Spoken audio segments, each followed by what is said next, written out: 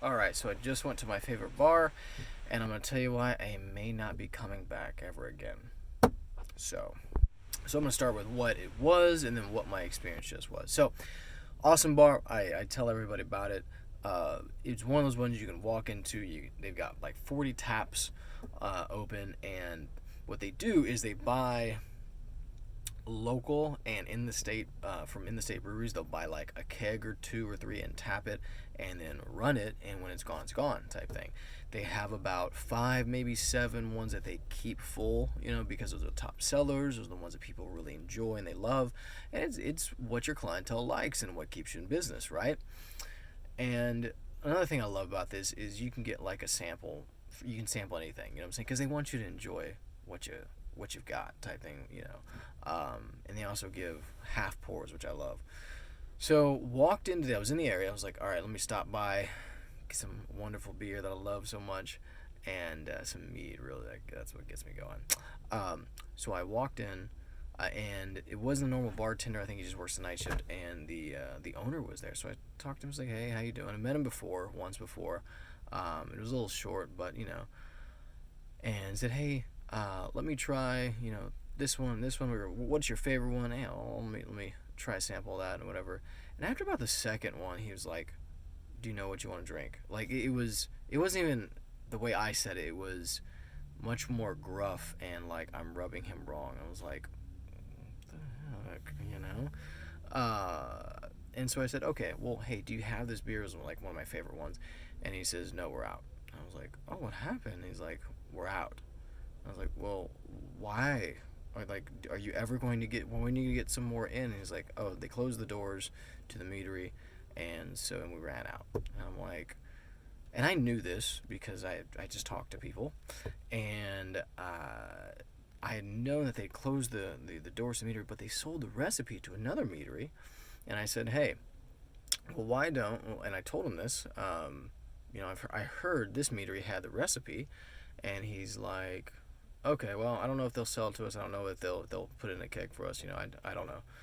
And I was like, I can get you the name and you can check. And he's like, well, I don't know.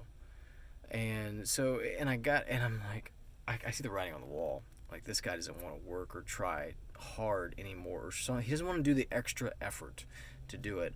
And then I gave it to him, and he's like, okay. And it just, I was like, okay, fine. I'm not gonna help you more, dude. Like, you should be on this like a fly on poop.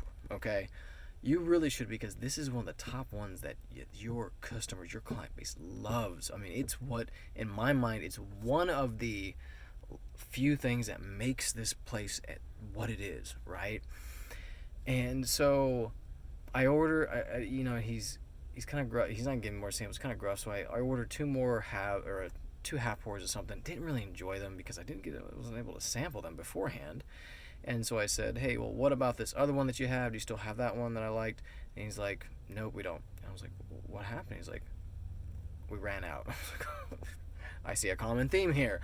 And so I'm like, is it supply chains or what happened? Did they close down too or what happened? He's like, no, we just got to go run and get it type thing. I'm like,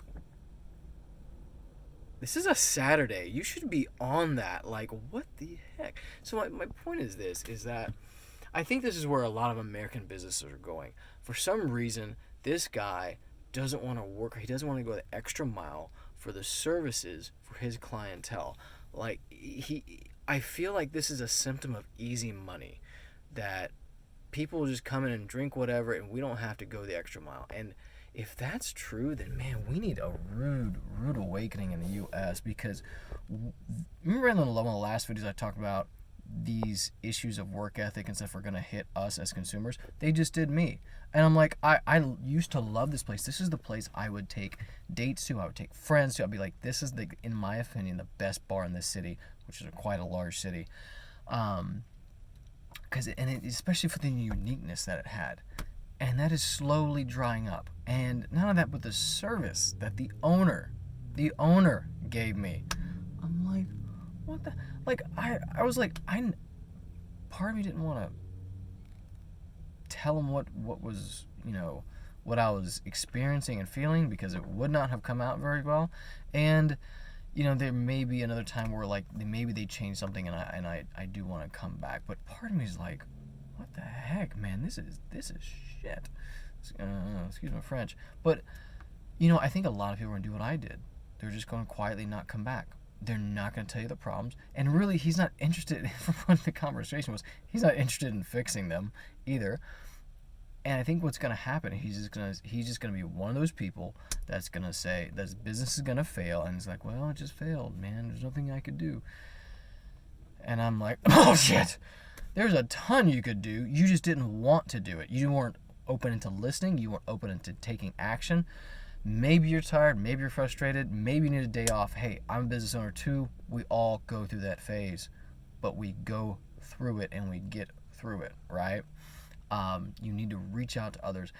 On a totally separate topic, but businesses are based on their owners. Whoever owns it heavily influences it. And this place, it's sad to see it go type thing. I just see it in the future, but I'll be there to pick up the pieces at a discount price and turn it into something that people will love again, that people will come to, that they will tell their friends, that there will be a line to get in because this place is so amazing.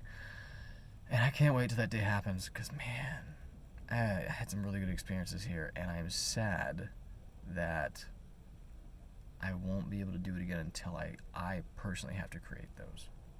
And God,